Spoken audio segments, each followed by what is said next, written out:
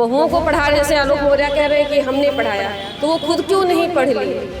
जिस शिद्दत से उन्होंने पढ़ाया उस शिद्दत से वो भी पढ़ सकते थे। बराबरी की बातें सिर्फ किताबों तक नहीं, हमें समाज में महसूस कराना होगा। तो बेटियों को ही पढ़ा दीजिए पहले, बहुओं को पढ़ाना ही ना पड़े, बेटियों को ही पढ़ा के शिक्षित करके और उनको एक अच्छी जगह पहुंचा के ही करिए। और महोदय को ये लगा कि मेरी जो सोने की अंडा देने वाली मुर्गी थी अब वो किसी और के हाथ में न चली जाए। सबसे बड़ा मेल ईगो जो हर्ट हो रहा है उनका। आजमगढ़ की बहू हैं ज्योति, जो इस समय पूरे सोशल मीडिया में ट्रेंड कर रही हैं। जी हाँ, मैं बात कर रहा हूँ पीसीएस ज्योति मौर्य की, जिनके पति आलोक मौर्य जो सफाई कर्मी हैं, उन्होंने आरोप लगाया है कि उनकी पत्नी जब पीसीएस अधिकारी बन गई, एसडीएम बन गई, तो उन्होंने बेवफाई कर दिया, और जिसकी चर्चाएं चारों तरफ चल रही हैं। ऐसे में जो आजमगढ़ की महिलाएं हैं, आजमगढ़ की बहू को लेकर के क्या सोचती हैं, इन्हीं से जानने का प्रयास करेंगे।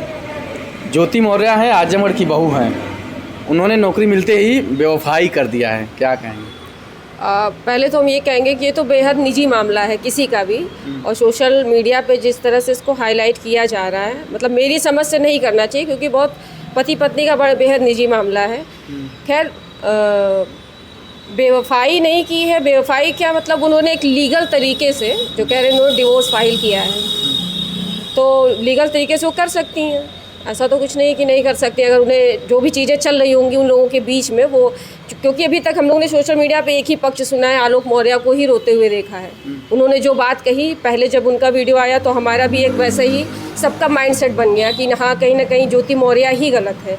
दूसरे पक्ष की बात या दूसरे पक्ष का वीडियो हम लोगों ने नहीं देखा, तो इसलिए लोगों को लग रहा है कि उन्होंने बेवफाई की। अभी और भी चीज़ें सामने आएंगी तो और मुझे लगता है क्लियर होगा और भी चीज़ें। हाँ, लेकिन समाज में एक संदेश जा रहा है, और विशेष करके कामकाजी महिलाएं हैं, कि बेटियों को पढ़ाओ, बहुओं को न पढ़ाओ, खतरा है। तो बेटियों को ही पढ़ा दीजिए पहले, बहुओं को पढ़ाना ही ना पड़े, बेटियों को ही पढ़ा के शिक्षित करके और उनको एक अच्छी जगह पहुंचा के ही करिए, अगर इतना ही डर है तो। और बहुओं को पढ़ा रहे, जैसे आलोक मौर्य कह रहे हैं कि हमने पढ़ाया, तो वो खुद क्यों नहीं पढ़ लिए? जिस शिद्दत से उन्होंने पढ़ाया उस शिद्दत से वो भी पढ़ सकते थे। सहयोग किया, उन्होंने पढ़ाने का सहयोग किया, जैसे पति सहयोग किया, सब कुछ किया इनके लिए। हाँ, तो सहयोग किया, मतलब एक तरह से होता है ना एहसान जताना टाइप का, उनका जो आता है कि एहसान जताना। तो एक पत्नी भी अगर आ रही घर पे, उनकी शादी करके आ रही अपना घर छोड़ के, तो वो भी उस घर में आई होगी, या मतलब ये तो समाज ने मान लिया कि ये तो औरत का काम ही है कि शादी करके आई है तो उसको घर के काम करने हैं, सास ससुर सेवा करनी, बच्चे पैदा करने, पालना, ये उसका काम है। पति ने कर दिया तो वो अब सब कुछ जता रहा है, तो पति नहीं ऐसा जता तब रहा है, उनका है कि ये सब कुछ के बाद ये जब बड़े पद पे चली गई तो मुझे इसलिए छोड़ दी कि मैं सफाई कर्मी हूँ, और बड़े अधिकारी से उनका अफेयर हो गया सब कुछ। मुझे लगता है कुछ मतलब जो भी और बातें होंगी अभी और भी चला, अचानक से एक दिन नहीं ज्योति मौर्य एसडीएम बनती तुरंत ही उन्होंने रिजेक्ट कर दिया कि नहीं अब ये सफाई कर्मी है और मुझे नहीं रहना इसके साथ, तो और भी बातें कुछ ना कुछ चल रही होंगी उन लोगों के बीच, जिसके बाद उन्होंने निर्णय लिया, और निर्णय लेने के लिए वो स्वतंत्र हैं। इस पूरे मामले के बाद समाज में जो माहौल बन गया है महिलाओं के प्रति, उस पर क्या कहेंगे? आपके नज़रिए से क्या पूरा माहौल बना है? नहीं, माहौल जो बना है कि हाँ, बहुओं को न पढ़ाओ, बेटियों को पढ़ाओ, या जो बहुएं पढ़ने के लिए भेजी गई थी उनको वापस बुलाया जा रहा है, तो ये एक तरह से नकारात्मक उसका परिणाम है, और ये चीज़ें नहीं होनी चाहिए। कहीं ना कहीं अगर ज्योति मौर्य सही हैं गलत हैं, ये तो बात की बातें हैं, बाद में जब जांच होगी उसके बाद स्पष्ट होगा जो भी स्थितियां होंगी। लेकिन कहीं ना कहीं हमें ऐसा अविश्वास नहीं लाना चाहिए, और कहीं ना कहीं ये हमारा अपना कमजोरी है कि हम विश्वास नहीं कर पा रहे हैं और उनको वापस बुला रहे हैं। स्थितियां अलग। और क्या लग रहा है कि जो ज्योति मौर्य और तमाम प्रकरण आ रहे हैं, ये महिलाओं के विशेष करके जो बहू हैं, पत्नी हैं, उनके पढ़ाई लिखाई पे कुछ असर पड़ रहा है या ठीक ठाक है सब कुछ? नहीं, जिसे मुझे लगता है कि हमारी बेटियां जो है अब इतनी स्ट्रांग हो गई हैं, जिसको पढ़ना है वो पढ़ेगा और पढ़ करके अपने आप को साबित करेगा, और करना चाहिए इन चीज़ों से। बेटियों को नहीं, समाज इतना वो नहीं है, जब तक सहयोग नहीं करेगा आप नहीं आगे बढ़ पाएंगे। इसका क्या असर पड़ रहा है? सहयोग मिलने पर भाई, जब इस परिस्थितियां जो है अनुकूल रहती हैं तो व्यक्ति कम मेहनत से वो वहाँ पहुँच जाता है और कम समय में पहुँच जाता है।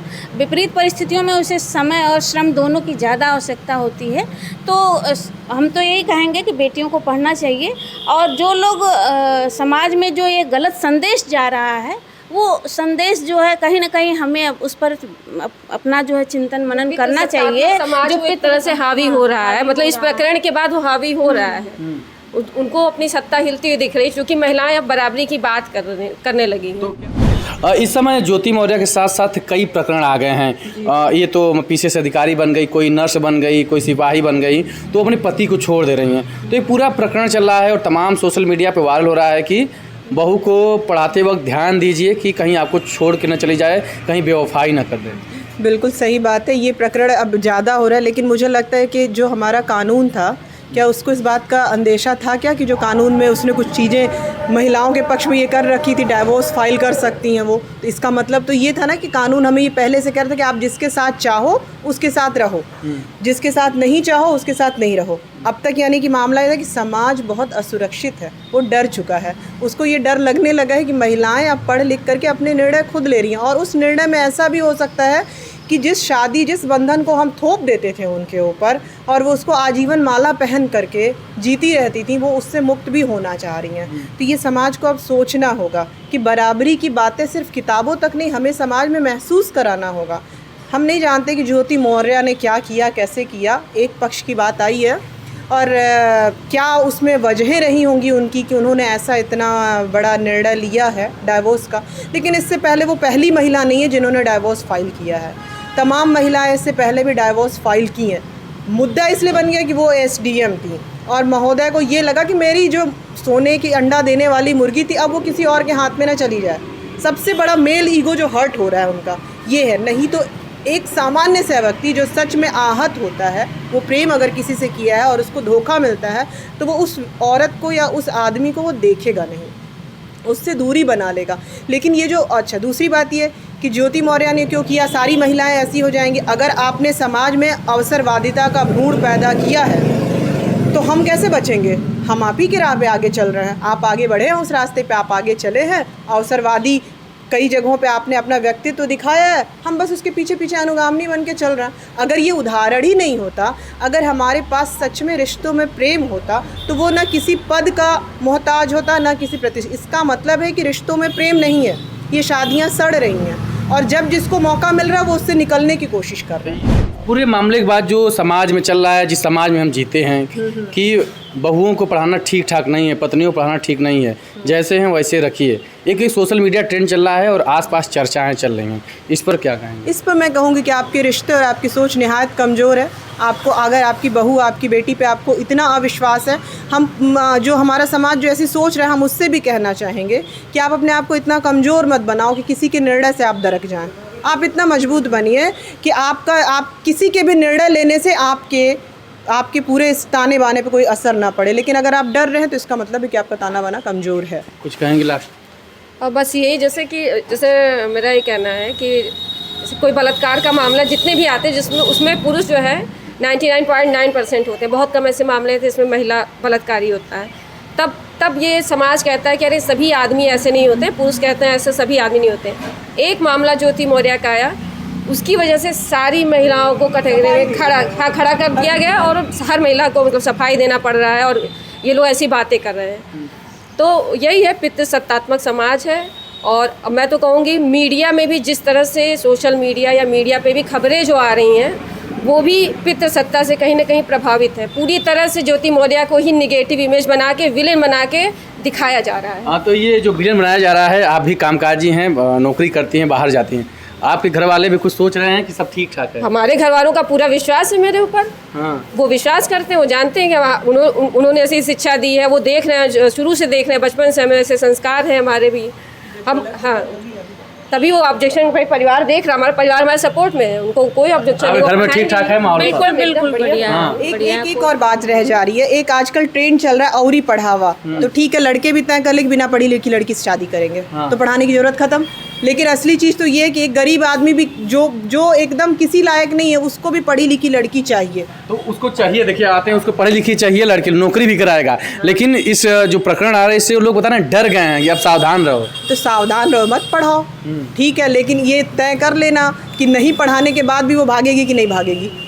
ये भी तो तय है कि हम नहीं। अगर पुरुष इस तरह, जैसे संजू फिल्म आई थी, उसमें संजू का जो कैरेक्टर है उसने कहा कि हमारे 360 अफेयर रहे। समाज ने कोई ऑब्जेक्शन किया? कोई उस पर कोई ऑब्जेक्शन, क्योंकि वो स्वीकार्य हो गया समाज को कि आदमी तो 300-400 अफेयर कर ही सकता है, इस पर कोई ऑब्जेक्शन। 108 तो धार्मिक मानक है। हाँ, तो पुरुष के लिए हर चीज़ स्वीकार है। अगर एक महिला का ऐसा केस आ गया तो उसको इतना ज़्यादा हाईलाइट करके और महिलाओं की एक नेगेटिव इमेज जो है प्रसारित की जा रही है। तो पूरे ज्योति मौर्य प्रकरण पर अभी बात हुई, बातचीत में यही है कि क्या पुरुष क्या महिलाएं कोई कम नहीं है, और समाज इस समय भौतिकवादी बन रहा है, अवसरवादी बन रहा है, उसी के परिणाम आ रहे हैं। लेकिन एक ज्योति मौर्य पूरे महिलाओं की नेतृत्व नहीं कर सकती।